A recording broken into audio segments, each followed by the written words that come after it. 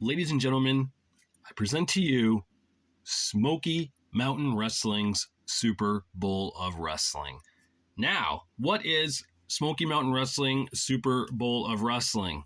It's quite simple. In 1995, before Smoky Mountain Wrestling fizzled out and faded away, Jim Cornette had one last big hope to keep the company alive that he started many years ago, and that was to have a Super Bowl of Wrestling where talent from other wrestling companies came to Smoky Mountain for one night and put on a show.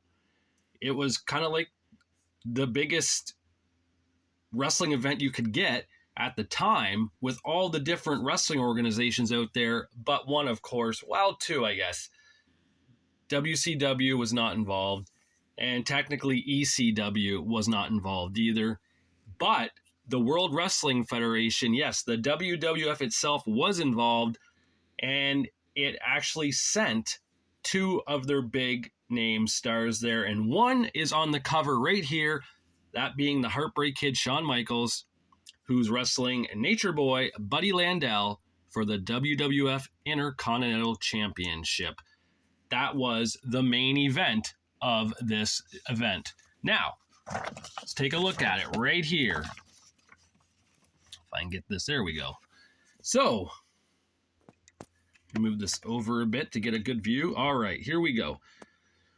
Smoky Super Bowl of Wrestling, 5 fiery federations, one night of intensity. Now, what federations were involved in this? Well, the WWF, Smoky Mountain Wrestling, the USWA, the NWA, and a wrestling company out of Detroit, Michigan era that many people might not know, but it was called Midwest Territorial Wrestling. Now, Midwest Territorial Wrestling is where guys like Al Snow, Sabu, D'Lo Brown, Marty Jannetty, a lot of the guys would go through and work that territory. And it was, I think from what I remember, Midwest Territorial Wrestling ended up working with Windsor, Ontario's Border City Wrestling, which of course was ran by Scott D'Amore, who now runs Impact Wrestling / TNA Wrestling, whatever you want to call it. But in 1995, Midwest Territorial Wrestling was kind of a big deal in the Michigan area. So you had all these great matches on the card. Like I said, Shawn Michaels against Buddy Landel for the Intercontinental Championship. You had The Undertaker. That's right, The Undertaker with Paul Bearer wrestling the Unabomb, who, of course, would go to the WWF and become Kane, The Undertaker's brother. Of course, before that, he had to be Isaac Yankem in the fake Diesel, but we'll overlook that.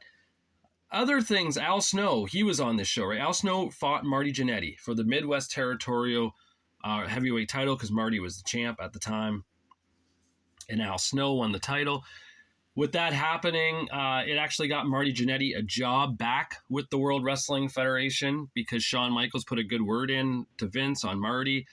And it wasn't that much long after Marty Jannetty appeared on WWF programming in around, I believe, October of 1995, I want to say, maybe late September, depending when the tapings took place.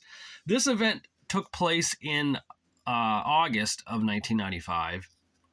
And it had one of the bloodiest matches of all time in Smoky Mountain Wrestling history, too, when Tracy Smothers and the Dirty White Boy, Tony Anthony, they were called Thugs. And their catchphrase was T is for terrible, H is for hell, U is for ugly, and G is for jail because a thug can't spell. Okay, fair enough. That's kind of catchy. They fought the Heavenly Bodies, Dr. Tom Pritchard and the Gigolo Jimmy Del Rey, for the Smoky Mountain Wrestling Tag Team Championship.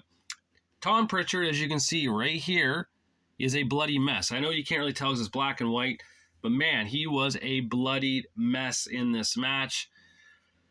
Maybe the most I've ever seen Tom bleed, honestly. I don't know what he did that night, but he was gushing big time.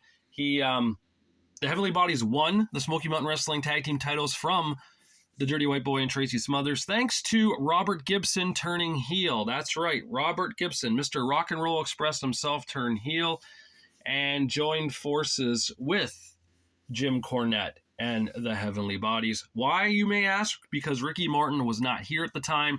Ricky had left Smoky Mountain Wrestling due to money issues, or there was something there. There was something between him and Jimmy Cornette. So Ricky left, and Robert stuck. He stayed. Robert was actually in Smoky Mountain Wrestling before Ricky was, back in 1992 and such. Ricky was still Richard Morton in WCW, and Robert Gibson was in the Smoky Mountain Wrestling Heavyweight Title Tournament to crown the first ever champion. So Robert was always true to Smoky Mountain Wrestling. But now Robert's a villain. He's a heel. We got new tag team champions in the Heavenly Bodies who defeated the Thugs. Now let's take a look on the other side and see what we have. We see the likes of, if I get this, come on, folded right. There we go. It's kind of bent in, but not too shabby. It's going to work, I guess. We got Billy Jack Haynes there. Him and Brad Armstrong fought for the USWA heavyweight title. Dan Severn defended the NWA world title at the show. There you got Al Snow and Jannetty right here on this side for the Midwest Territorial heavyweight title, like I talked about.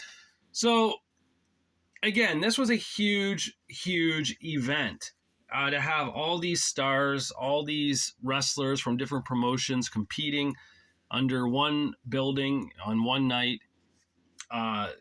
Names like the Headbangers were there, PG-13, Terry Bam Bam Gordy was there. If I remember correctly, I think is that him down there against Severn? No, I don't think so.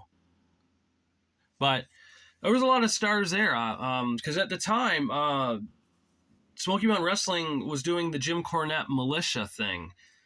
And if you're not familiar with that, Jim Cornette was dressing up as a Army drill sergeant and that was his group. And he had the likes of like Wildfire Tommy Rich and Terry Bam Bam Gordy and Buddy Landell.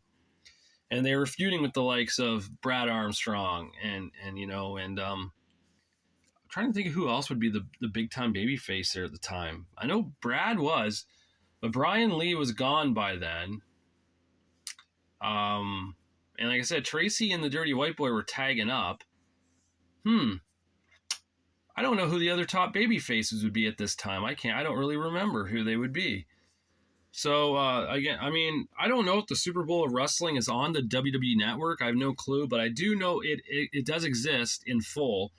But I don't believe there's commentary for it. However, I do know on Smoky Mountain Wrestling, they do air some matches from the show. I do remember seeing Michaels against Landell, Undertaker, and Unabomber. And by the way, that wasn't the Undertaker's first time in Smoky Mountain Wrestling, because in 1994, he was in Smoky Mountain Wrestling.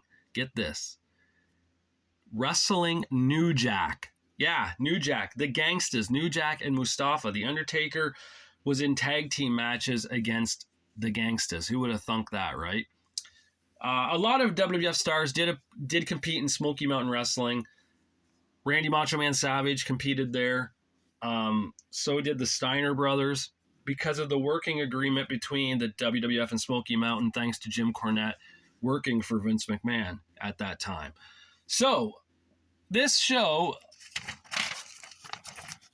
Oh, there's another side of it, too. I have one more picture of it. If I can get this folded in here. This is not working out like I had planned. These things I need to fix. These, what are they called? Easels or whatever? So stands, they bend easy. So, yeah, so there we see Undertaker and Unabomber. And, that was the first encounter between the Brothers of Destruction. So overall, I would say that this show was very cool, very unique, because at the time in 1995, I never thought I would see all these promotions working together, and Vince McMahon on top of that being okay with it. I know back in the day, and I'm way back in the day, You would have WWF versus NWA at times, the likes of Harley Race against Bob Backlund, or where the titles are on the line against each other, or AWA versus NWA, or whatnot. And that was a different era. That was the era before, you know, of a takeover, I guess what I'm trying to say with Vince, right? That was the era still of territories where you had New York, you had North Carolina, you had Georgia, you had Florida, you had Minnesota, you had San Francisco, you had all these areas, you had Texas, you had Louisiana, and all these, you had Alabama, right? All these promotions competed in that area, and that was it. By 1995, though, Vince McMahon had taken over. The WWF was worldwide. WCW was worldwide. ECW was trying to get worldwide. And Smoky Mountain Wrestling was this cute little old school territorial promotion in, Tennessee. And they did okay. They did okay for how long they were out. And this was kind of like the big farewell. Jim Cornette had the big show, and Smoky Mountain Wrestling closed its doors not too long after. A lot of the talent went to USWA in Memphis. Some of it went to ECW. And the ones that could, worked for the WWF. So, if you're a fan of Smoky Mountain Wrestling, and if you're a fan of the Super Bowl of Wrestling, it is in this magazine. It's Inside Wrestling, the winter edition of 1995. I just recently posted this on my Facebook page, Jammer's Wrestling Magazine Collection, and my Instagram, which is Jammer90210.